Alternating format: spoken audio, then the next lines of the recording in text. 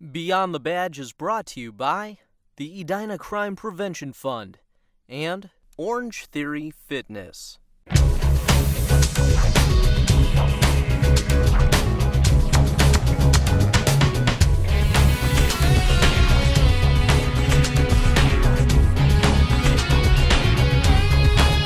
Welcome to Beyond the Badge, a program about the inner workings of the Edina Police and Fire Departments. Thanks for joining us. I'm Sergeant Brian Hubbard.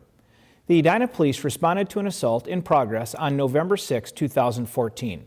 When they arrived, they found two injured people telling different stories. Edina Investigates takes a look at the Orwig case, one of the most complex domestic assault cases the department has seen. I started to cry on the phone with the officer that had called me. And Brianna came up to hug me.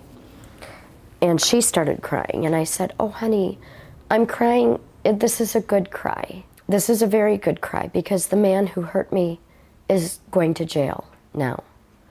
And she looked at me and said, "Who was it, Daddy?"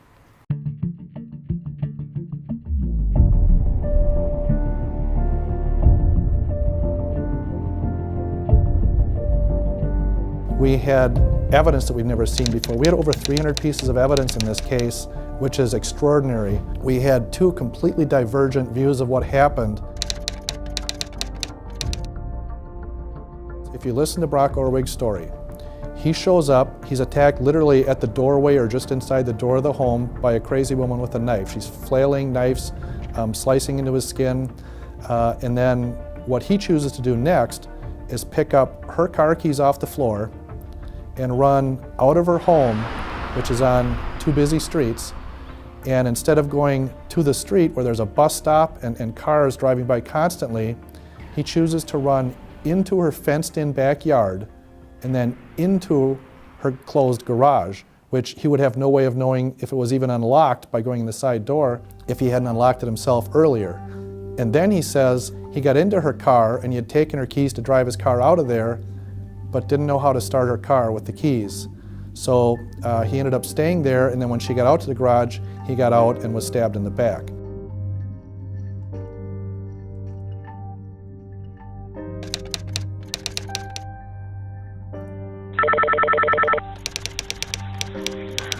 Emergency. I need someone over here right now. Where are you? Shoot me, Dina. I've just been attacked and tried to kill me. That day was our usual routine. Brianna and I got up and I got her ready for school. She ate breakfast, I had my coffee. So I went out front and walked her out to the bus. Okay, who tried to kill you? I don't know, some guy. He came in as soon as I got my daughter on the bus and he snuck up from behind me. I was sitting in my chair in the living room and he started slamming me on the head with a wooden bar and bleeding all over the place. In the middle of my email, I thought something had fallen on my head. I thought about it for a second and I thought, that's really strange. There's nothing above my head that could have fallen on me. And I got up and turned around and looked, and there was a man standing behind me, a big smile on his face. I remember his nose looked flat. He was wearing a blonde wig, dark clothing, black stocking cap. And he came up from behind me in my living room chair and started hitting me on the head with a wooden something inside a tube sock. As I looked at him briefly, and I think I still had my coat on and everything, I yelled, "What are you doing?" as he proceeded to continue to try to bash my head in.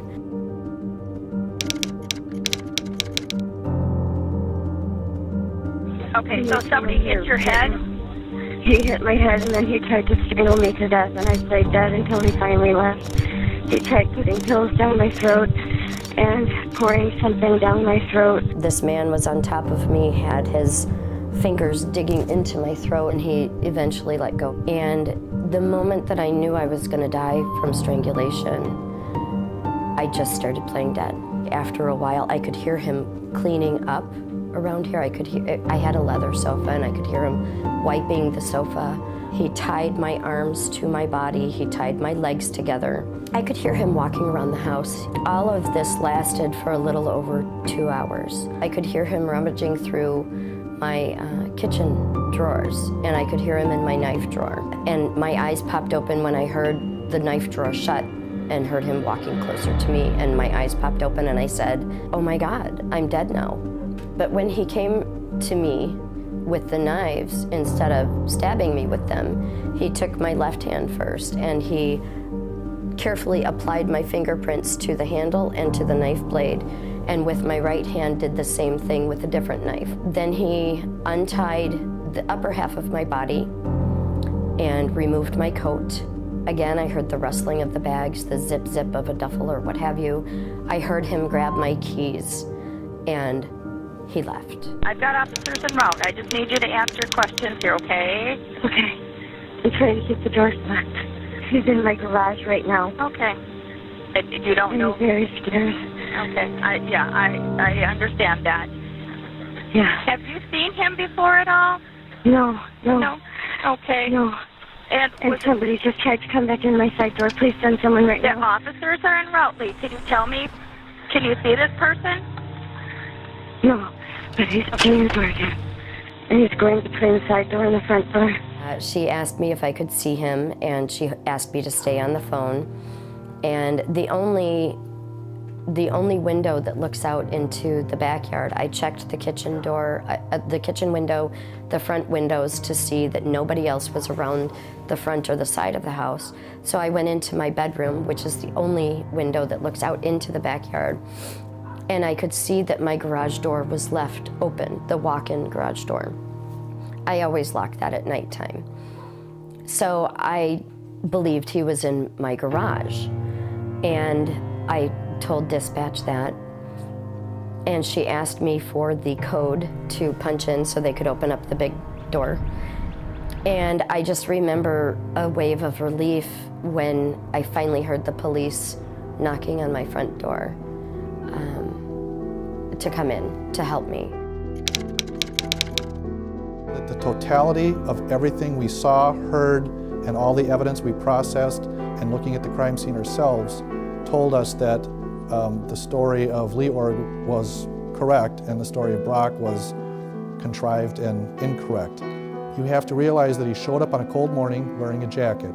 I mentioned earlier that he had slices on his arm that he claimed were caused by her attacking him. There's no corresponding slices in the jacket sleeve. That he got stabbed in the back, there's no corresponding knife hole in the back of the jacket, which means he took it off immediately before being assaulted, which again doesn't make sense. Each one of those cut marks were superficial in nature. That's how I would classify them. And they were very linear to one another on his arm, whereas they could be potentially self-induced, I guess you would say. They didn't have a natural look of somebody doing that to another person. And Brock was found with a knife in his back, and there were some circular blood stains that were located along a wall, actually right next to a bobsled in the garage. In those blood stains, the geometric shape of those blood stains showed me that they likely fell pretty much straight down. In putting everything together, I felt that that knife was, the way it was in his back, I felt it was something where he may have also put that knife to his back and actually backed into that sled, and those blood stains fell to the ground and creating kind of a circular pattern. I did blood stain pattern analysis on the jacket back at the laboratory, and on that jacket there were multiple stain patterns that I found to be pretty significant. There's kind of a continuous blood-soaked pattern on the jacket, except where you could see that the jacket was kind of scrunched up, and that scrunching effect left a void, or a section of the jacket was not touched by the blood.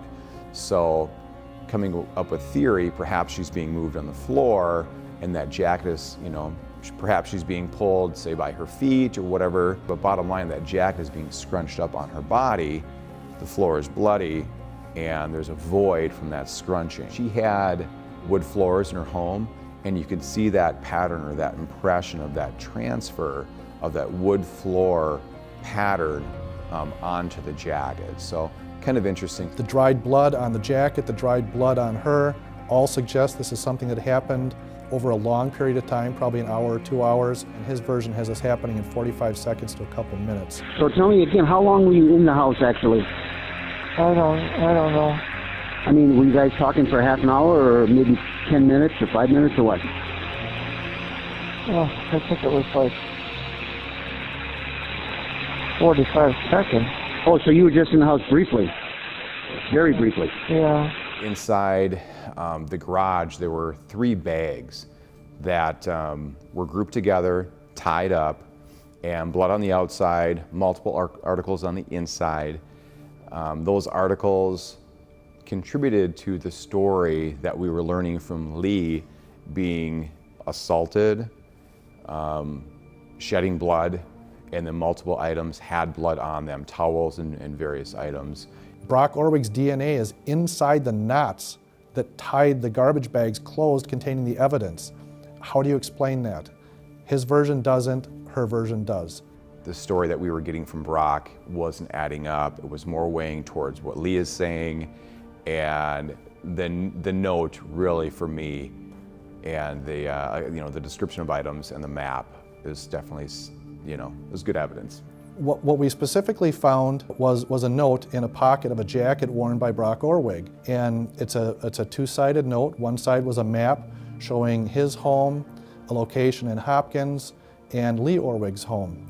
On the other side of that document was a list, a handwritten list, of multiple items that, basically action items, and that also listed several items that I believed were likely used in the commission of this crime. Several of these items were located inside those bags.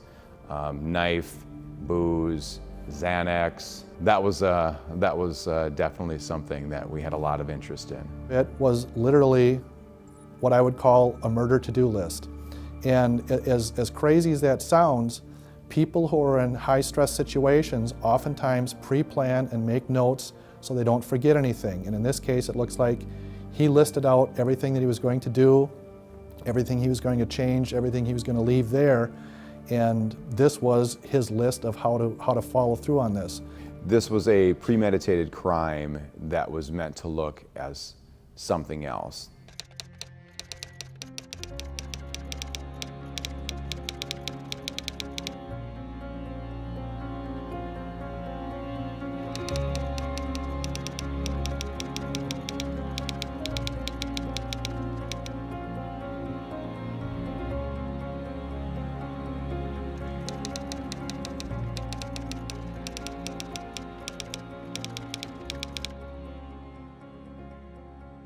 I know that the police are still driving by every, 15 minutes or so, but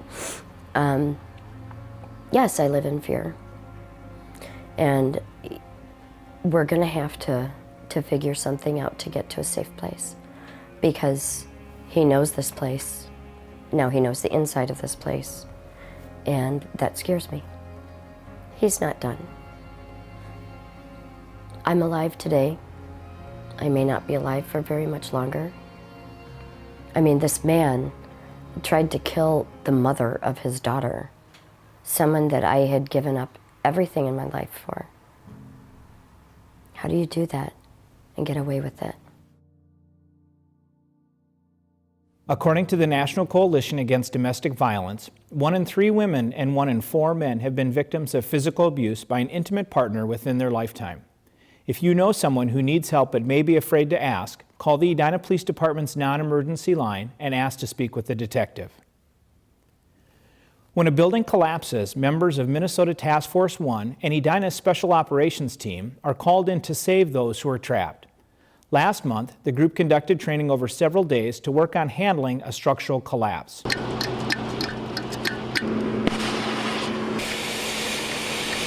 The team spent time breaching, breaking, and cutting concrete and metal.